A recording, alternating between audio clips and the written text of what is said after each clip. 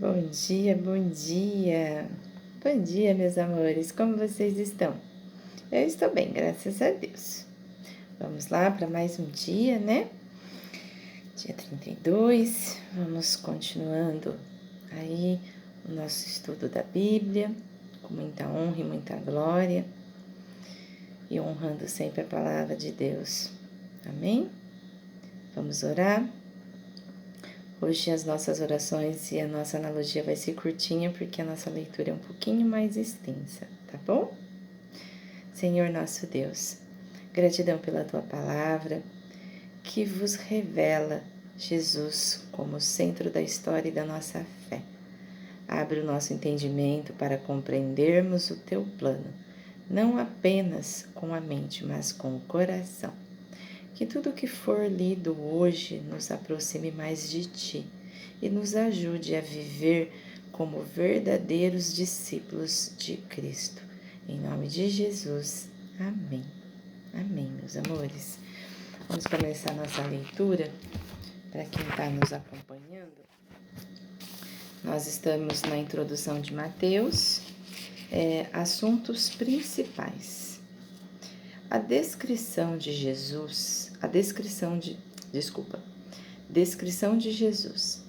Ele é o verdadeiro Messias, o Emanuel, Deus encarnado com o seu povo, o Filho de Deus, Rei de Israel e Senhor da Igreja.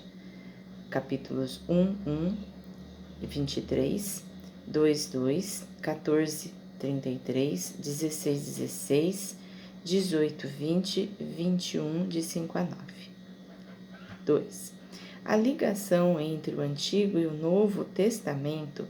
Jesus cumpre as esperanças e promessas do Antigo Testamento por meio da sua genealogia messiânica, de seu cumprimento das profecias e do Antigo Testamento, e de seu cumprimento da lei do Antigo Testamento. Essas características conectivas podem ter sido uma das razões pelas quais Mateus foi escolhido para começar o cânone do Novo Testamento. Outra possível razão é que muitos na igreja primitiva pensavam que o Evangelho de Mateus fora o primeiro a ser escrito, e outra é que ele foi particularmente escrito por um apóstolo, ao contrário de Marcos e de Lucas. Capítulos 1 a 17, 22, 23, 2, 4 a 5, 15, 17, 23 e capítulo 5, 17 a 20. 3. Particularismo e universalismo da salvação histórica. O Evangelho de Mateus traça a obra contínua da salvação dentro de Israel, particularismo, e estende essa obra salvífica a todas as pessoas da terra, universalismo, por meio da pessoa e obra de Cristo. Capítulos 10, versículos 5 a 6 e capítulos 28, 19. 4. A nova comunidade de fé, a igreja primitiva, incluiu cristãos judeus e também gentios. O Evangelho de Mateus os encorajou a transcender as barreiras étnicas e culturais para unirem-se no serviço ao Messias. Jesus como membros da sua Igreja Universal. Capítulos 11, 28, 16, 18 a 19, 28 a 19. 5. A Igreja está edificada sobre Jesus e é sustentada pela sua contínua presença. A obra salvífica de Deus na era atual realizada principalmente pela Igreja e através da Igreja. e Jesus continua a edificar e a habitar nela. Aquele que responde ao chamado de Jesus, seja judeu ou gentil, homem ou mulher, rico ou pobre, escravo ou livre, é trazido à comunhão da sua igreja para deleitar-se em Jesus e participar da comunidade do seu reino. Capítulo 16, 18, 18, 15 a 20 e capítulos 22, 10 e 28, 20. 6. A grande comissão para o evangelismo e missão. A ordem de Jesus para fazer discípulos de todas as nações é encontrada somente em Mateus e tem motivado inúmeros crentes a ir em busca dos perdidos com as boas novas do Evangelho. Da mesma maneira que Jesus fez discípulos em seu ministério terreno, ele comissiona sua igreja a seguir seu exemplo. Capítulos 28 e 19. 7. Os 5 discursos de Jesus registrados em Mateus podem ser vistos como um manual sobre discipulado. A apresentação de 5 dos principais discursos de Jesus, dirigidos pelo menos em parte a seus discípulos, constitui a mais completa coleção encontrada nas escrituras dos ministérios de instrução de Jesus. Esses discursos pintam uma imagem holística da vida vivida em obediência a Cristo e à Igreja. Os tem usado ao longo do tempo para instruir discípulos. Capítulo 5, 7, capítulos 10, versículos 18 a 20 e capítulos 24 e 25.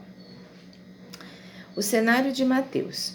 Os acontecimentos do livro de Mateus se sucedem quase que exclusivamente nas imediações da Palestina, numa área que se estende aproximadamente onde Cesárea de Filipe, ao norte, até Bérsaba, ao sul. Nessa época, a Palestina era governada pelo Império Romano. Os capítulos iniciais do livro descrevem os acontecimentos que envolvem o nascimento de Jesus na Judéia, onde Herodes fora nomeado rei pelos romanos. Os capítulos finais encerram o livro com a morte, ressurreição e ascensão de Jesus durante o governo de Pôncio Pilatos e dos tetrarcas Antipas e Filipe. Aí a gente encerra a leitura aqui, tá, meus amores? Quem tá acompanhando a gente nessa versão, a gente tem aqui, né, o mapinha, tá? Da onde foi, né, a gente tem aí a ideia, mais ou menos, aonde se sucedeu, né, as imediações ali toda, onde Mateus, né,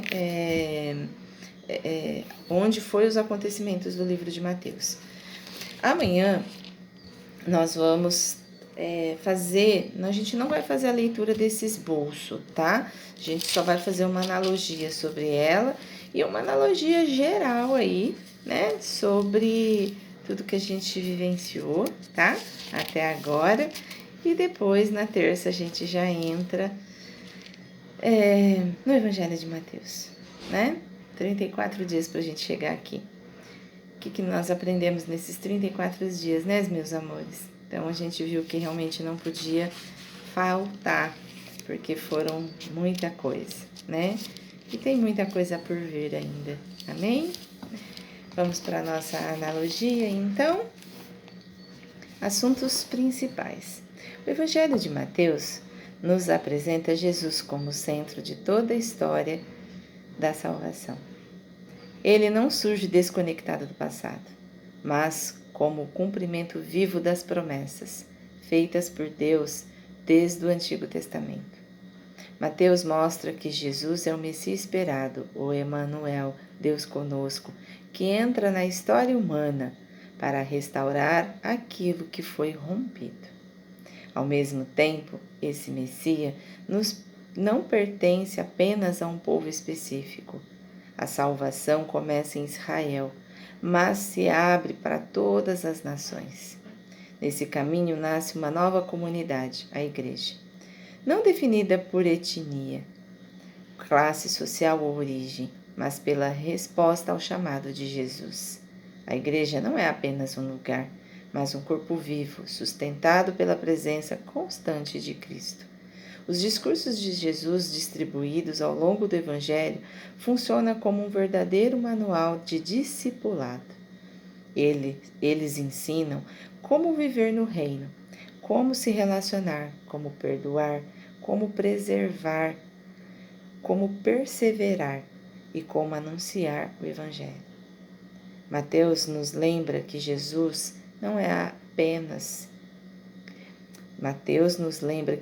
Jesus não é apenas crer, mas viver, pertencer e participar ativamente do que Deus está realizando no mundo.